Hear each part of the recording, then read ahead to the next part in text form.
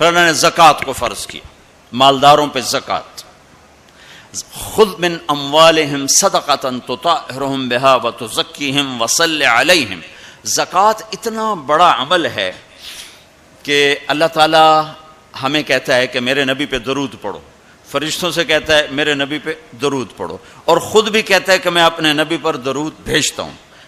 اللہ کی طرف اب درود کی نسبت وہ رحمت ہے، اور فرشتوں کی طرف ہماری طرف درود کی نسبت دعا ہے جو ہم کرتے ہیں، صلی علی محمد وعلی آل محمد.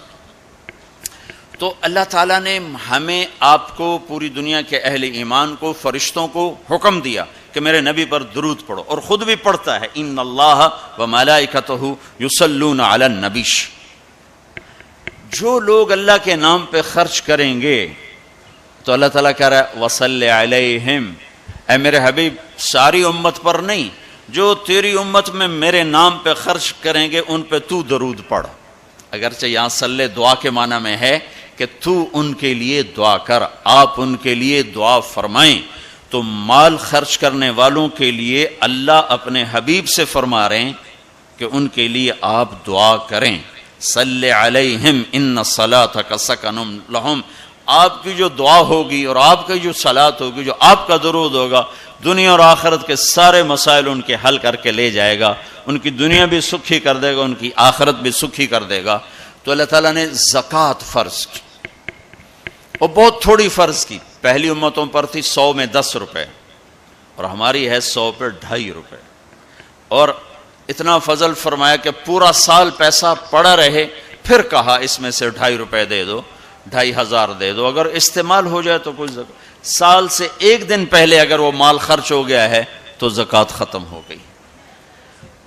اور 82 دفعہ قرآن میں مال خرچ کرنے کا حکم آیا، 82 دفعہ. اور اللہ تعالیٰ نے ترغیب دی ہے کہ مالدار فقیروں پہ خرچ کریں. پھر اللہ تعالیٰ نے فقیروں کو ترغیب دیا کہ تم بھی جتنی وسعت ہو خرچ کیا کرو. میرے نبی نے ترغیب دی، سبق درہم 100,000 درہم. 1 روپیہ اللہ کے نام پہ خرچ کرنا 1 لاکھ روپیہ خرچ کرنے سے بڑھ گیا. تو صحابہ نے عرض کی وہ کیسے بڑھ گیا؟ تو آپ نے کہا ایک آدمی کے پاس 2 روپے، ایک آدمی کے پاس کروڑوں روپے. جس کے پاس 2 روپے تھے اس نے 1 روپیہ اللہ کے نام پہ دے دیا، اور جس کے پاس کروڑوں تھے اس نے 1 لاکھ دیا. جس نے 2 میں سے 1 دیا اس نے اپنے مال کا آدھا حصہ دیا. جس نے 1 لاکھ دیا اس نے اپنے مال کا کوئی 1000واں حصہ دیا. جب تولا جائے گا تو 1 روپے کا وزن 1 لاکھ سے بڑھ جائے گا. اور اس کا ایک واقعہ بھی، حضرت عمر ہمیشہ حضرت ابو بکر سے نہ کوشش کرتے تھے آگے نکل جاؤں، آگے نکل جاؤں، آگے نکل جاؤں. ساری زندگی موقع نہ بن سکا. تبوک کا موقع آیا تو اللہ کے نبی نے کہا مال خرچ کرو. عثمان رضی اللہ تعالیٰ نے 10,000 لشکر کا سارا سامان تیار کیا. ان کی سواریاں، ان کا راشن کے لیے تھیلوں کو بند کرنے کے لیے دھاگے تک اپنے گھر سے دیے، اور 300 دینار اوپر دیے. تو اللہ کے نبی کی جھولی میں وہ 300 دینار پڑے تھے یوں، اور آپ ان دیناروں کو اٹھا کے یوں فرما رہے تھے ما علی عثمان اللہ یعمل بعد. عثمان آج کے بعد کچھ بھی نہ کرے تو جنت واجب ہوگی. تو عمر کہنے لگے آج میں ابو بکر کو کاٹ سکتا ہوں، آج میں اس سے آگے نکل سکتا ہوں کہ وہ آج کل غریب ہے، میں مالدار ہوں. تو وہ تھوڑا لائے گا، میں زیادہ لاؤں گا تو میں بڑھ جاؤں گا. لہذا انہوں نے اپنے مال کا آدھا حصہ، آدھا گھر میں رکھا اور آدھا لے کر آئے. ابو بکر نے جھاڑو پھیر دیا، جو کچھ تھا وہ سارا سمیٹ کے لے آئے. جب دونوں پراپرٹی سامنے رکھی گئیں تو حضرت عمر کی بہت زیادہ نظر آ رہی، ابو بکر کی بہت تھوڑی نظر آ رہی. لہذا حضرت عمر بڑے اطمینان میں کھڑے کہ آج جیت خطاب کے بیٹے کی ہے. میں قربان جاؤں، اللہ رسول تو جانتے ہیں کہ کون کیا کر کے آیا ہے. تو میرے نبی نے سوال ہی بدل دیا، جو اس موقع کا سوال ہی نہیں. کوئی آدمی مسجد میں چندہ دینے جائے، مدرسے میں چندہ دینے جائے، کہا جی مول صاحب یہ 1 لاکھ روپیہ ہے مدرسے کے لیے، مسجد کے لیے. آگے مولوی صاحب کہیں پیچھے کتنے پڑے ہوئے ہیں، تو کہے گا اے بھی واپس کرو، میں تو تھوڑی نیت ہے جو کوئی چکر لگتا ہے. کہ تسی ٹھیکیدار ہو مگر علی شاید ابھی پیچھے کتنے پین.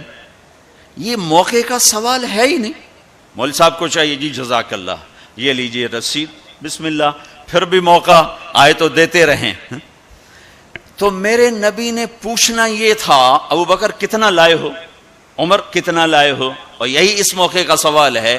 لیکن اللہ رسول جانتے ہیں کہ کس کے مال میں وزن زیادہ ہے, تو میرے نبی نے سوال بدل دیا, فرمایا عمر ما خلفت.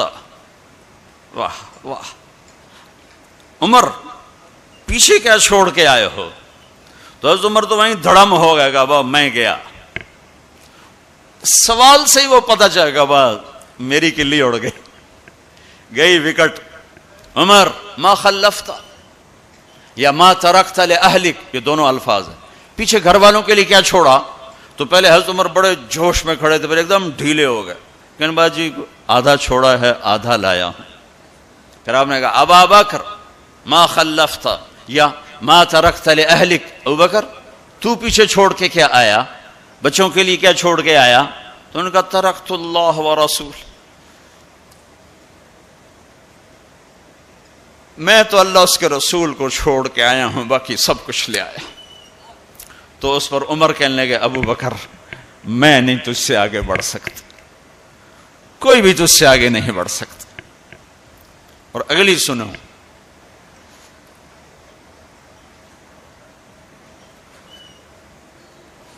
اپنے کپڑے بھی دے دیے اور ایک ٹاٹ تھا وہ پہن کر اس کو کانٹوں سے سی لیا. تو جبریل آئے, کہنے لگے یا رسول اللہ, اللہ تعالیٰ پوچھ رہے ہیں کہ ابو بکر نے یہ ٹاٹ کیوں پہنا ہوا ہے؟ تو آپ نے کہا کہ ابو بکر نے سارا کچھ اللہ اس کے رسول پہ لگا دیا ہے اس لیے یہ پہنا ہوا ہے.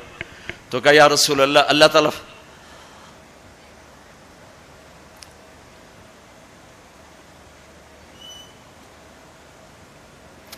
اللہ تعالیٰ فرما رہے ہیں ابو بکر سے پوچھو مجھ سے راضی تو ہے,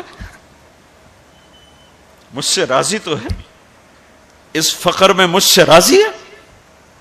میں تو اتنا سفر کر کے آیا ہوں, حالانکہ ابھی 4 دن پہلے میں 12 ملکوں کا 10 ملکوں کا سفر کر کے آؤں, ساری ہڈیوں میں درد ہے.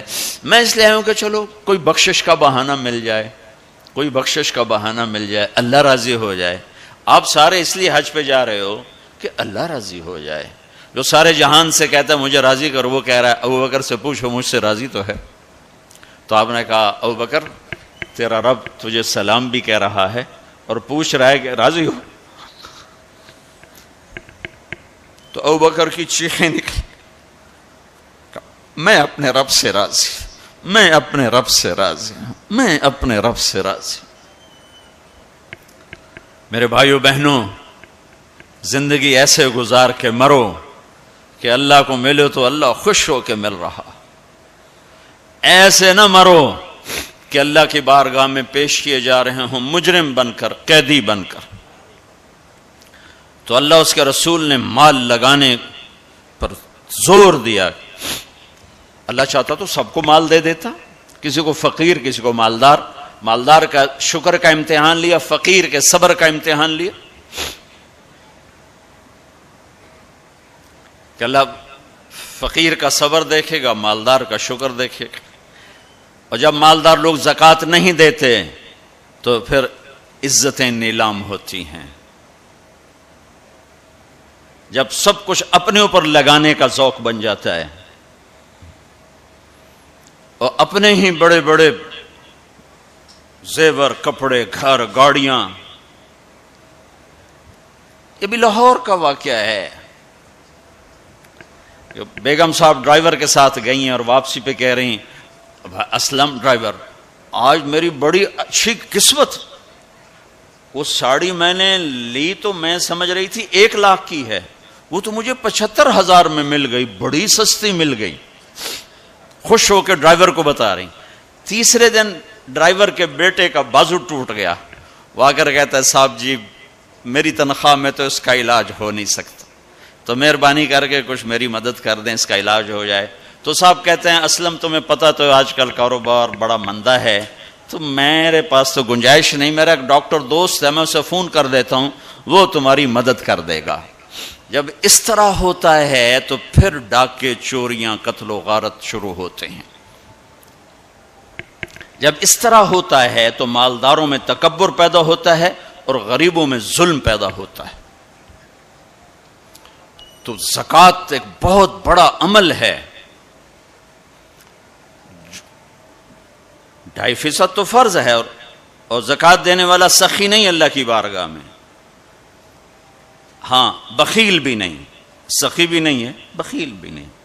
یعنی وہ بخل کے ملک سے نکل آیا ہے اور سخاوت کے ملک میں انٹری نہیں ہوئی. 2.5 روپے پہ 1 پیسہ بھی اوپر خرچ کرے گا تو اب سخیوں میں آ گیا.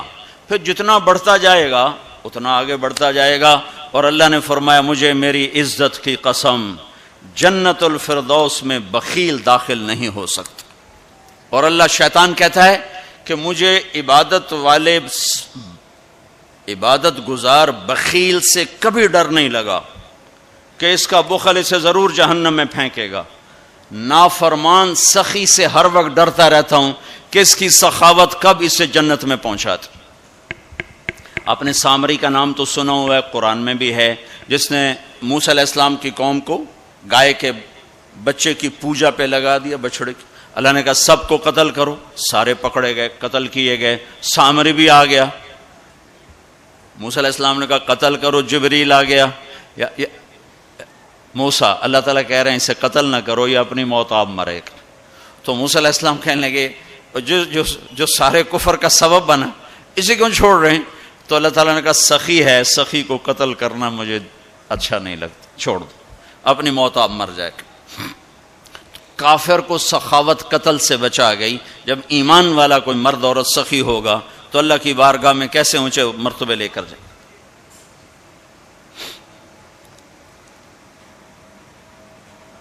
تو اپنے اوپر خرچ کرو وسعت کے مطابق. اللہ نے روکا نہیں ہے, منع نہیں کیا ہے, منع نہیں کیا ہے, لیکن غریب کو بھی یاد کرو. زکوٰۃ کو فرض قرار دیا اور آپ نے فرمایا جس نے مزدور سے کام لیا اور اس کو مزدوری نہ دی. یہ تمہارے کراچی میں ہر وقت ہو رہا ہے, ہر جگہ ہو رہا ہے. جتنا بڑا کوئی طاقتور ہے اتنا وہ اپنے نوکروں پر ظالم بھی ہے, جابر بھی ہے, اور ان کے حقوق بھی مارتا ہے, چونکہ فریاد ہی نہیں کر سکتا. میرا پنجاب کا زمیندارہ ماحول سارا ایسا ہی. تو آپ نے فرمایا جس نے مزدور سے کام لیا اور اسے موقع پہ تنخواہ نہ دی اور اس کے پیسے مار لیے تو اس مزدور کا قیامت کے دن میں وکیل بنوں گا, میں اس کا کیس لڑوں گا. اور جس کا کیس میرے نبی نے لے لیا پھر اگلا کوئی بچ کے جا سکتا ہے کہیں؟ مزدور کا پسینہ خشک ہونے سے پہلے اس کے ہاتھ میں پیسے پکڑا دو. پھر مزدور سے فرمایا, یعنی دونوں طرف کا خوبصورت, کیا دین خوبصورت ہے, کہ جو اپنے نوکر کی, جو اپنے مالک کی نوکری بھی پوری دیانتداری سے کرے اور اللہ کی بندگی بھی دیانتداری سے کرے تو اسے ہر کام پہ دگنا اجر ملے گا, دگنا.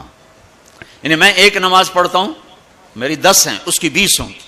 میں ایک روزہ رکھتا ہوں میرا 1 ہے, اس کے 2 ہوں گے. میں ایک قرآن ختم کرتا ہوں میرا 1 ہے, اس کے 2 ہوں گے. کہ ایک طرف اپنے مالک کے ساتھ دیانتداری سے نوکری کر رہا ہے اور ایک طرف اپنے اللہ کے ساتھ دیانتداری سے بندگی کر رہا ہے, دگنا اجر ہو جائے گا.